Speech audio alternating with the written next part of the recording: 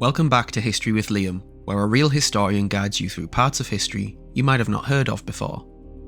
Today we're delving into one of the most fascinating and eerily beautiful places in all of Rome, the Capuchin crypts. Nestled beneath the unassuming church of Santa Maria della Concezione di Cappuccini, just off the famous Via Veneto, these crypts house an extraordinary sight that visitors rarely forget: the bones of nearly 4,000 Capuchin friars, arranged into intricate and delicate designs. The creation of these displays is shrouded in mystery, however, as no one is entirely sure who created the artwork. In this video, we'll explore the history of the crypt, who the Capuchins were, and what messages the gruesome artwork presents to those who pass through its doors.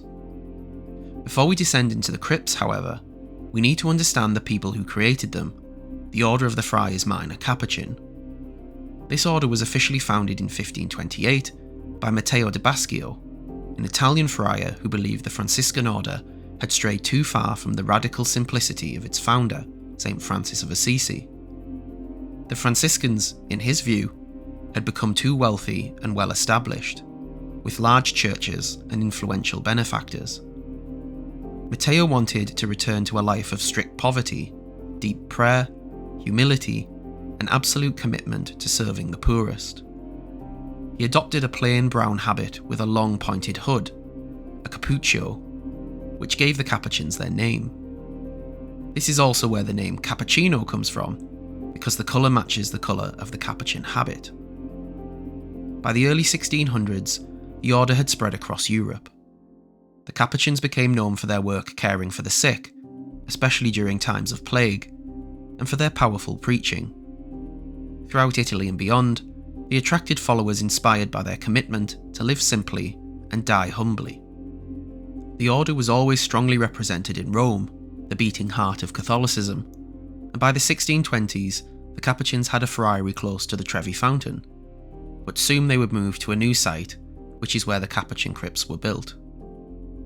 The story of the crypt itself begins during the reign of Pope Urban VIII, who ruled as Pope from 1623 to 1644. Urban VIII was from the powerful Barberini family, one of the most influential aristocratic families of the era, and his brother, Cardinal Antonio Barberini, was a Capuchin friar. Cardinal Barberini built a new church and friary for the Capuchins at the current site between 1626 and 1631. The church was designed by a Capuchin, Michael of Bergamo, who arranged for many things to be transferred from their old site, including the bones of the friars that had been buried beneath the old church. Capuchin regulations stated that burials could not take place within the churches of the friars themselves, and so Michael designed an underground cemetery reserved for the burial of the friars, directly beneath the new church. Here he deposited the bones from the old friary. From that time on until 1870, this was the burial place of the Capuchins who died in the friary. The large number of bones and the variety of names of the friars suggests that many from different countries were based in Rome and helping lead the order. Given the limited space in the crypt, the bones of the friars were often dug up to make space for the next burials, with constant additions to the original list of those buried there.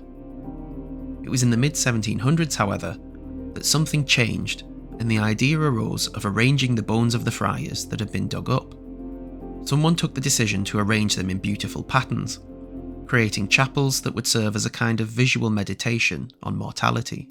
But who exactly was this mystery artist? The truth is that there are many theories about who the artists behind the crypt might be, and that we don't really know who they were. One account describes how, in 1775, a German priest was living at the friary and fashioned the bones into various decorations and artworks that survive in the crypts. This included the bones of the Capuchins rearranged into entire skeletons that looked as though they were preaching or praying, although these haven't survived to the present day. But other theories are possible. Some believe an artist fleeing from the law hid in the crypts and worked on the art as a way of atoning for his crimes. Others have put forward that the friars hid a notorious criminal in the crypts out of pity, and the work was a product of the criminal slowly going insane. The most widespread theory is that it was created by a group of French Capuchins who had fled to Rome during the French Revolution and hidden there in 1793. Yet a plaque on the wall of the crypt suggests that some of the work had been completed by 1764, suggesting that even this story isn't entirely accurate. When you enter the crypts today, after passing through the Capuchin Museum, which tells the story of the order, you descend into a series of 6 underground crypts. Each one contains a particular theme or focus, with bones arranged into intricate patterns, symbols, and shapes. The first is the Crypt of the 3 Skeletons. This space has 2 Capuchin friars resting in arched niches, with 2 others standing guard. This is the only area where a human skeleton can be seen in its entirety. Perhaps intentionally, the 3 skeletons are those of very young children, showing that death can come at any age. Piles of bones and skulls decorate the entire room. The walls are decorated with floral motifs made of ribs, vertebrae, and part of the knee bone.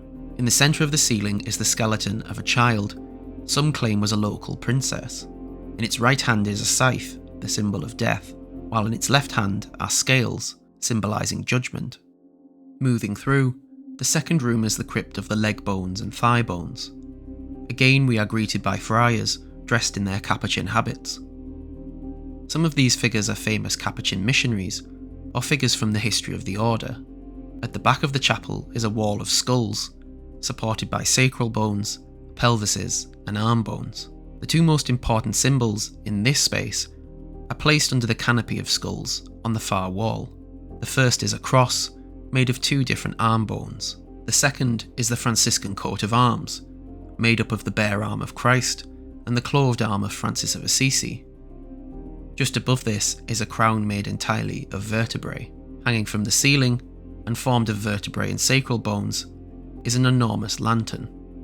Passing through here, we arrive at the third room, the Crypt of the Pelvises.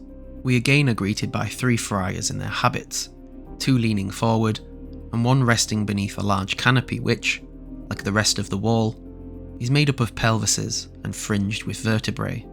Other designs are made up of foot bones and kneecaps throughout the room. On the floor are crosses which mark the graves of 7 Capuchin friars. The next room, the Crypt of Skulls, contains 2 friars lying down in a rested position, and 3 niches containing more Capuchins. The central motif here is an hourglass, made of smaller bones, with wings made out of shoulder blades, a literal representation of the phrase, "time flies." The walls are decorated with jaw bones, shoulder bones, collar bones, and arm bones. Winged skulls, also made with shoulder blades, decorate the ceiling. After 4 rooms decorated entirely with bones, we come to a different type of room, the Mass Chapel. This is the only room where no bones are visible, since it is reserved for the celebration of Mass for the dead. Above the altar is a painting by a French Capuchin artist. In the left-hand wall of the room, in a lead container, is the heart of a grandniece of Pope Sixtus V. She was very devoted to the Capuchins during her lifetime, and the plaque reads that she considered herself a mother figure. The final room is the Crypt of the Resurrection. On the side walls are 2 triangular arches formed by skulls, thigh bones, and leg bones. In the curved ceiling are 3 rosettes made up of sacral bones and vertebrae, with flowers made up of ribs. The corridor walls have some hearts and coats of arms, also made in a similar way. Various skulls and bones frame the portrait in the middle of the room, which symbolises the raising of Lazarus from the dead by Jesus. The crypts thus ended here with a message of hope about life after death. Having explored the crypts, the obvious question must be, why did the Capuchins do this? What inspired them to create these intricate designs out of the bones of their own friars? Part of the answer comes from the Christian tradition of Memento Mori, Latin for remember you must die. In Christianity, contemplating one's morality was often seen as the path to deeper humility and a greater holiness. By decorating the crypts with bones, they weren't trying to shock or frighten. They were creating a space that invited everyone, friars and others alike, to pause and reflect. The bones are not gruesome souvenirs, they're symbols of the fleetingness of earthly life. There's even an inscription you'll see in the crypts itself that reads, "What you are now, we once were, and what we are now, you shall be." That message perfectly captures their purpose. Every visitor is reminded that life passes quickly. The overall message, however, is actually one of hope. For the Capuchins, death was not the end of everything. Instead, in line with Christian belief, they await the resurrection promised by Christ, as was demonstrated by his raising Lazarus from the dead and his own execution on the cross. The crypt also embodies the spirituality of St. Francis of Assisi. Francis looked upon all of creation as brothers and sisters, and even spoke of death as a sister from whom no one living can escape. Over the centuries, travellers have been drawn to the Capuchin crypts. On the grand tour of Europe, aristocrats and writers came to see these strange underground artworks for themselves. And even today, the crypts provoke a powerful mixture of awe and reverence. From an art history perspective, the chapels are extraordinary and echo the Baroque style of their time. They're also part of a much larger tradition of ossuaries across Europe, like the Sedlec ossuary in the Czech Republic, that honour the dead by creating beauty from mortality. That's what makes the Capuchin crypts so unique. Unlike grand cathedrals filled with gold and marble, they confront you with bare bone and simple patterns. They remind you of life's brevity and its dignity. In the 19th and 20th centuries, the crypts were cleaned and preserved. Today they're managed by the Capuchin friars as part of their museum, which you can visit alongside the church. Each year, thousands of visitors descend into the crypts, some on pilgrimages, some simply out of curiosity. And so the Capuchin crypts remain one of Rome's most interesting treasures, a place where death is neither feared nor hidden, but embraced as part of the human story. The message running through the crypts is what keeps them so significant. Even in the modern world, they invite everyone who passes through to reflect on what matters most, and consider those haunting words, "What you are now, we once were. What we are now, you shall be." Thanks for watching History with Liam. If you enjoyed this journey into history, be sure to like and subscribe, and tell us what hidden history you'd like us to explore next.